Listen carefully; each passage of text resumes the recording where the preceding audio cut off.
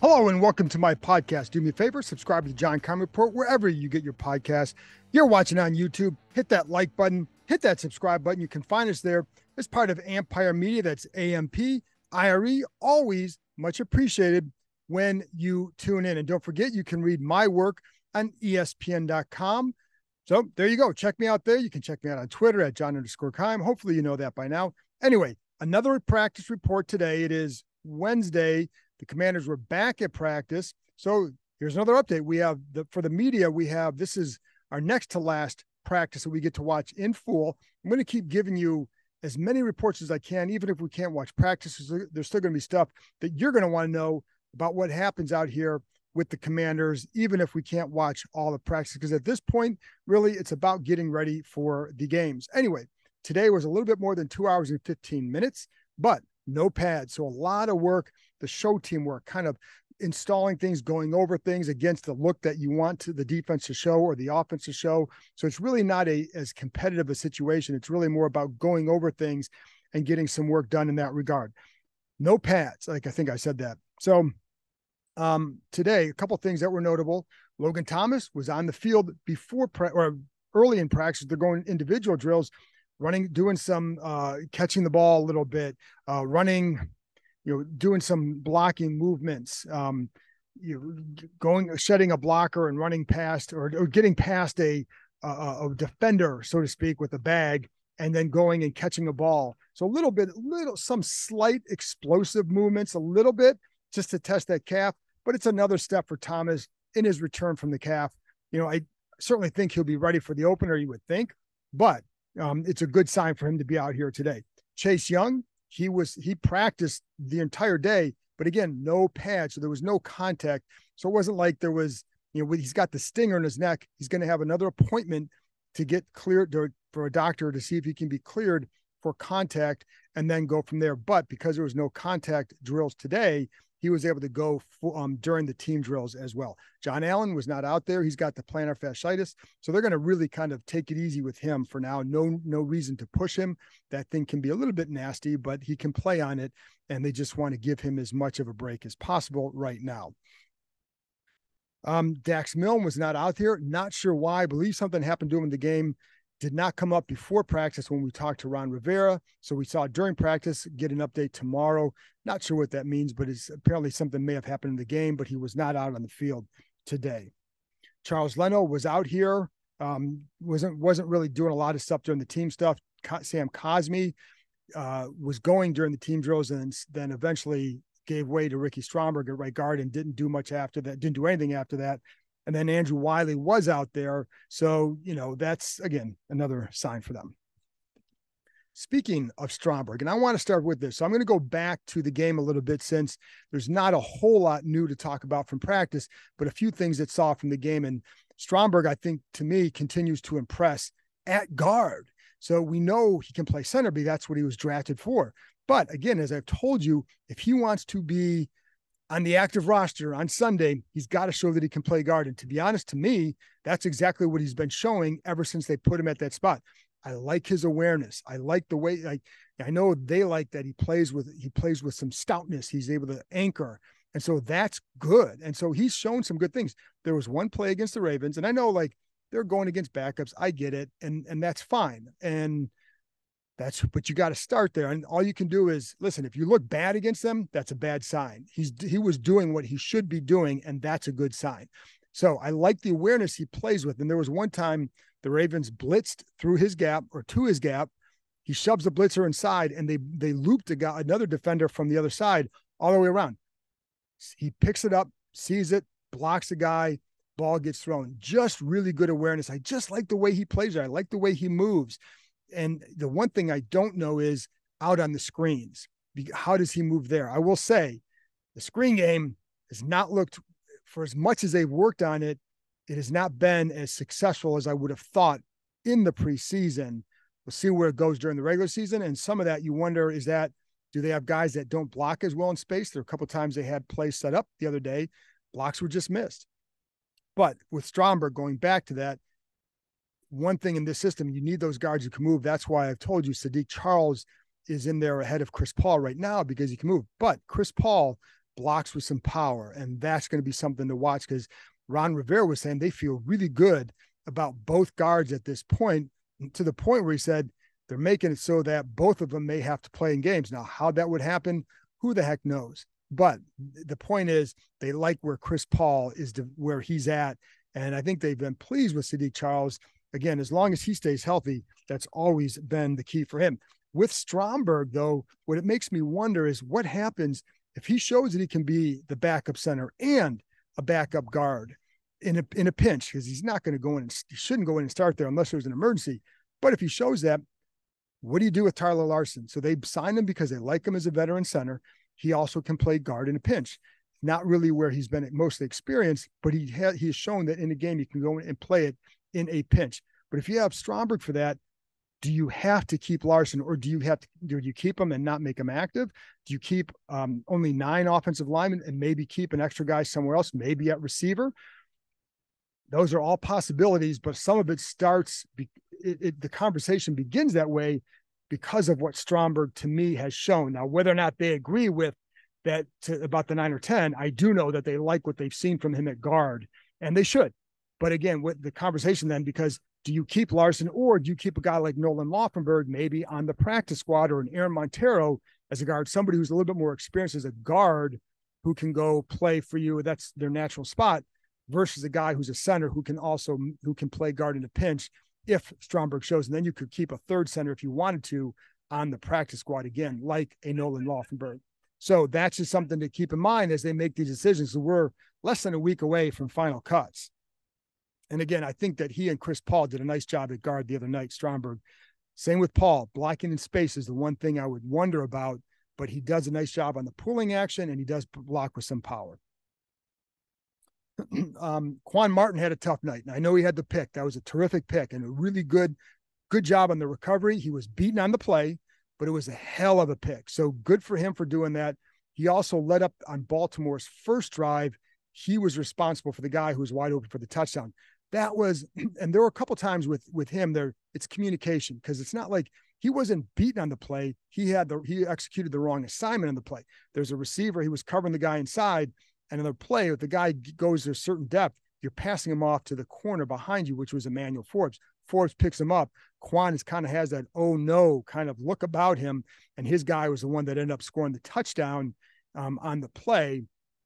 And so like, that's the communication thing. Earlier in that drive, another communication issue, not this time, the one who, actually nobody gave up a big play here. It was a play. The ball was thrown to the other side, but there was one play early in the drive where I think it was a back ran a wheel route down the left side, wide open, an easy touchdown. If the quarterback looks that way, he stayed to the right, threw to the right. So no harm, no foul, but a teaching moment for Rashad Wildgoose and Quan Martin. Now Martin, I believe on that one, it's like they did point, but you got like what they want them to do is to talk as much as possible on that one. That's one where now that they've seen it, you get it corrected. Wildgoose would have stayed over a little bit more, and they were okay, I think, with how Quan handled it. But then it's like, okay, make sure with the communication what you guys are doing rather than just pointing at this point, especially because Quan's new, Wildgoose is still young. So the more you can talk, the better off you are. I think it'll be interesting to see what happens with Wildgoose early in camp. He looked like a guy like, hey, you may want to keep him on that 53 because he was doing a nice job in the slot, working him a lot in the slot on with the first unit and all that. Now, was never going to start in the slot because you have, when you go to a 3-corner set, it's Forbes, St. Just inside, and Kendall Fuller outside. Those are your top 3 corners. So if you want another slot guy, you also have Danny Johnson, and they drafted Quan Martin to handle that role. Martin's still developing. And there are sometimes, even with the blocking, he gets a little bit caught up inside there, has to learn how to play in those tight spaces in the NFL. I think he's a smart kid. I think eventually he'll get there, but those are some of the adjustments you have to make.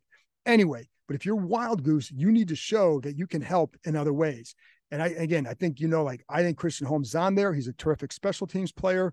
And I think he plays physical and he can play outside. With Wildgoose, when he's played outside and they're playing him out there for a reason, they want to see, can you do it? And to be honest, he hasn't done it. And that's a trouble spot for him. So to me, he would have been like an 11th DB. I don't know right now if they keep more than 10 because you also have to look at like defensive line where if it's me, I'm keeping 11. And that means keeping all those defensive ends, James Smith-Williams, Casey Toohill, KJ Henry, Andre Jones. I don't think you're going to cut the rookies. So do you keep both Toohill and Smith-Williams? I think the answer is yes, because the experience. There's still some things that you see with the young guys, they have to learn. Even little things like, I like Andre Jones. The dude's got length. He's got athleticism. He's certainly worth developing. I think he's got a hunger too. But there's things that he has to learn. And I like how he plays with his length. And there were a couple of times the other night where he's getting his hands into the defender. And because that length, it's hard to get back at him. So he's winning that point of attack battle in those situations. Now, some other times you have to learn how to rush upfield. And sometimes he's just going straight upfield. You want to straighten, you want to kind of angle in at a certain point. Otherwise, those big gaps get created. But he's done a nice job. So the point is, he warrants a roster spot. And I think they're going to keep KJ Henry for some reason. He plays with more power than Jones. So he's not going to flash as much, but that's what he does better. So, and again, I'd keep Smith-Williams around because they're using him a lot inside right now. See if he can do it. I keep Toohill around. One thing that with Toohill they like is that when he plays that end spot, they can run certain blitzes with him because they know he can drop and cover. So that he gives them that. He has good athleticism, so he can do that for them. But I would keep 11 there, 4 linebackers, 10 defensive backs on defense. That's 25 defensive players. Anyway, another guy I want to talk about on offense is Kaz Allen, because I think he's going to be one of the more interesting ones to watch as a returner. He is not there on offense, folks. He was a running back at UCLA, converted to receiver, played it full-time last year. He's got a ways to go to develop there. That's okay. If he makes his team, it's not because of what he can do as a receiver. They're okay there. It's because of what he can do as a returner. And, he shows, so what I like about him, he shows quickness. I think he shows pretty good vision, and he shows the ability to cut and constantly move forward as he's cutting. That's good. So he had a 38-yarder last week, and a 20-yarder against the Ravens. Another key here. So he didn't have experience catching punts in UCLA, and it kind of makes you wonder, why now? Did they not trust him? He returned kickoffs. He had a couple of long kickoff for touchdowns. So why didn't they trust him with punts? Maybe I don't know enough about that, but it does, like, you always wonder about everything. However, what I've seen out here from him, they've given him a ton of reps catching the ball because they want to be able to trust him. It's all about trust at that position. It's not about fans, and a lot of people are going to see like, oh, the big flashy play. Coaches want you to secure the ball first and foremost. They need to trust you. For example, there was one punt the other night where this is how you earn trust. He's got his feet at the 10-yard line. There's a punt. The Ravens are punting from around midfield. And, you need to make the right decision. You need to catch the ball. If you're going to catch it, if you muff it, it's going to be 6 points the other way, or first and goal for the other way, whatever it is. So he fair catches it, 9-yard line. There's a Ravens guy like kind of right behind him, but he catches the ball.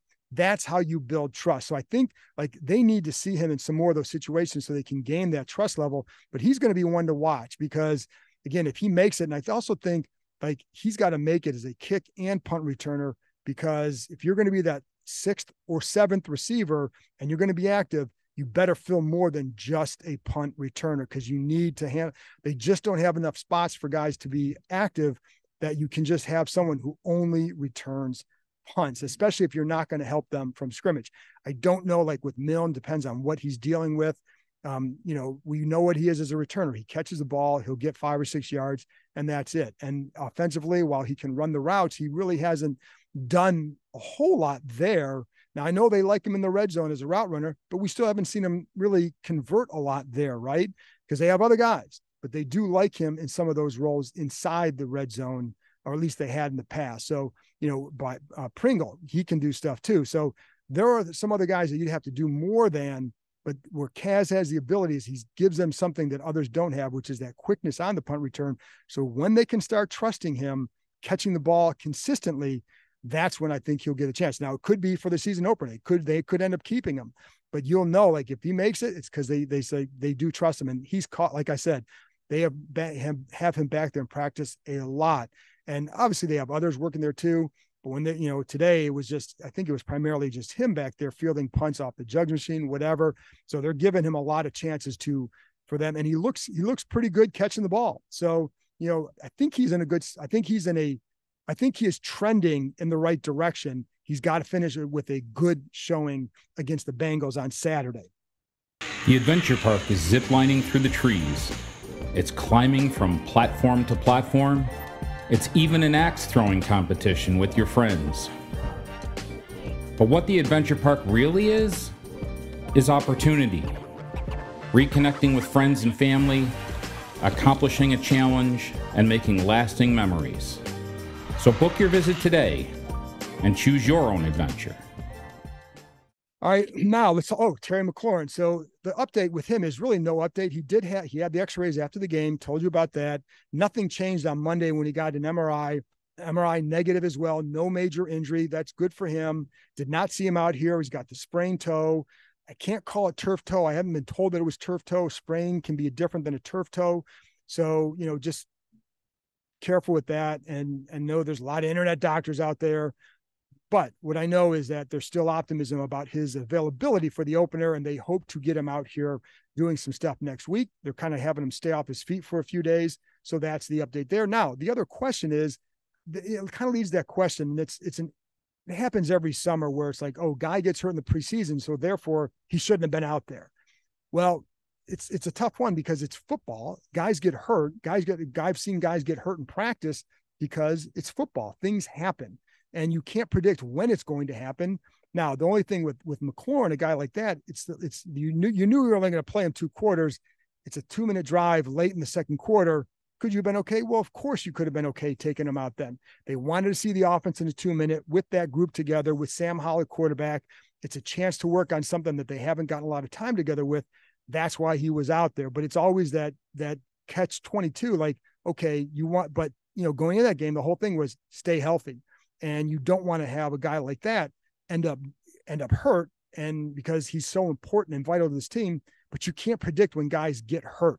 And that's the hard part. I remember when Darius Geis was here, his rookie year, I remember talking to Jay Gruden about this one time where he said, like, he had told Darius, I'm going to give you 7 snaps in this game. 7. That's all it was. On the 7th snap, he tears his ACL. So he had already planned for him not to play much. And in the last snap of 7, only 7, he tears ACL. And I remember he said, like, if I only give him 6, maybe he does this and that and that. But that's football, and it's an unfortunate part. But, the other funny thing is there are a lot of times where if they don't play their starters in games, people say, why didn't they play their starters? They need to play. They need work. Then you get work, and then you get a guy hurt like Terry, and it's like, why was he in there? So sometimes you can't win, and it's hard because, like I said, if they had taken him out, would I have said, oh, he needs to work? No, I would not have said that, and nor would anybody else, because he doesn't need the work. Sam Howell needs to work with him. That's fine. And, I just think it's always hard when it comes to injuries to really second guess because it is football. Now, if he were playing in the 3rd preseason game, like, there's no reason for that. They've had good work. They had a good 2 days against the Ravens. But and even Eric Bieniemy was talking about this after practice today, which is they need work together. They need a lot of work. They need the reps because they're a new offense. You have a young quarterback, a new coordinator. They need as much work as they can get. And that's why it's funny, because I brought up the other day about how they faced the Ravens backups, and they did. However, I do think it was excellent work for them because they just need time out on the field together. So, how well they would have done against the starters. Well, we saw them do a pretty good job in practices against them. And I still liked Howell's decision-making. I still liked the way he moved in the pocket and some of the throws he made. That, if you have a guy in your face or you don't, that happens in a game too. So, I think it was probably a little bit different for the lineman going against backups than it would be for Howell, because guys still have to get open and he still has to make the right decision. For him, to me, it was all technique. There are times where his feet are moving with his eyes through the progression. That's what I like, because that's what he needs to show. So whether that's against seconds, thirds, starters, he showed what he needed to show. And I think that was the important thing for him and for them.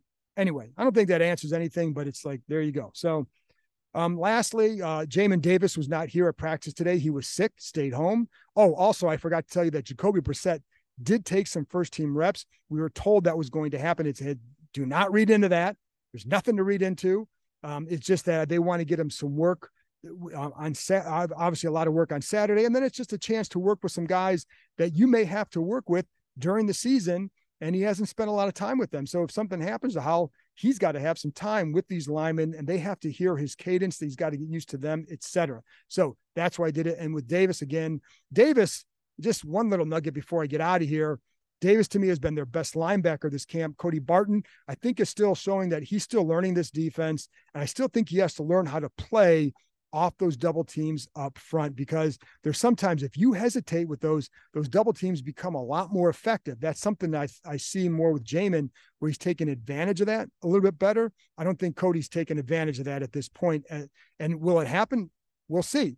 But, I do know he's still new to the defense, and, it can take a minute or two to get caught up to speed with it. But that's something I'll be watching for, because if you can take advantage of those double teams here, if you force them off the tackle early, maybe they're making the play. But if you're hesitant, if you're slow with it, then the double team's effective on the tackle, and now they're getting to you, and now there's a hole. So, and the other thing is some of those double teams are playing behind what's against Benning, Pote, or some of those guys. Well, it's a little bit different if you're trying to hold a John Allen or Daron Payne, and you can play differently. But Jamin Davis is playing faster off those double teams right now than Barton. So let's just see how he progresses from here. Anyway, that's it from me. I'll be back on Thursday with another practice report from Commanders Park. So I'll talk to you next time.